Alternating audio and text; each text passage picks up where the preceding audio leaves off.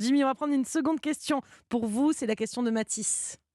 Bonjour Mélanie, bonjour Jimmy. J'ai une petite question pour vous. Alors depuis toujours j'ai de la corne aux pieds, j'utilise quotidiennement des roulettes sous la douche ainsi que de la crème, mais là ça commence à devenir réellement pénible. Je n'arrive pas à marcher sans douleur et du coup j'aurais voulu savoir si vous aviez 2-3 conseils à me donner pour me débarrasser définitivement de cette corne. Merci pour votre réponse et belle émission.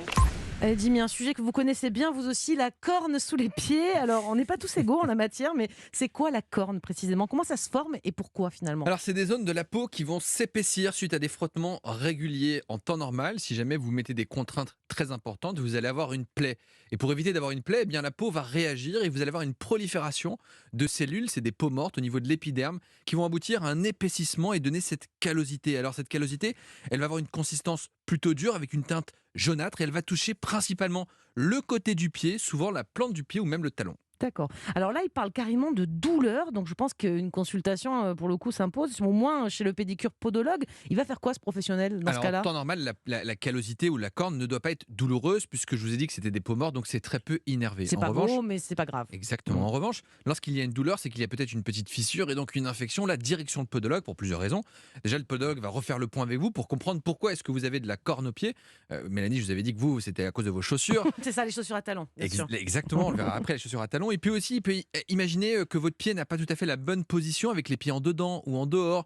Et puis, il va aussi parfois prescrire des semelles orthopédiques. Il va faire les soins de pédicure, regarder un peu au niveau des ongles. Et donc, il va faire en quelque sorte l'état des lieux Check-up des des pieds, pieds. exactement. Hmm. Et si besoin, vous grattez les callosités qui sont un peu disgracieuses. Voilà, il a tout l'appareillage qu'il faut pour faire ça. Alors la corne, c'est surtout inesthétique, on l'a dit, mais parfois, on vient de le dire aussi, ça peut s'aggraver avec des crevasses. Vous l'avez dit, attention, il faut soigner ça, mais surtout, je crois, chez les diabétiques. Oui, car le diabétique a ce qu'on appelle une neuropathie, c'est-à-dire qu'il a une atteinte des petits nerfs et donc lorsqu'il va avoir une plaie, normalement vous allez avoir mal, et bien le diabétique n'a pas ce signal de douleur.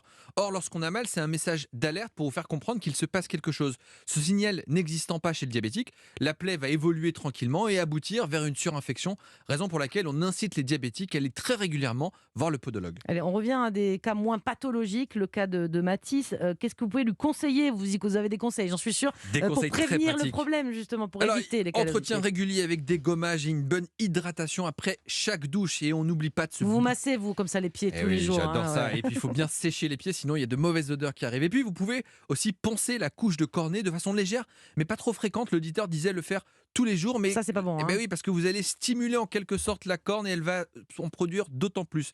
Essayez d'avoir des chaussures plutôt confortables et larges, adaptées à la forme des pieds. Évitez les sandales en été, c'est une catastrophe. Et aussi, les claquettes, il faut vraiment une chaussure fermée. Attention, vous l'avez dit, aux talons hauts. Et puis, si jamais c'est trop fréquent, encore une fois, on insiste, allez voir le podologue, il fera un bilan.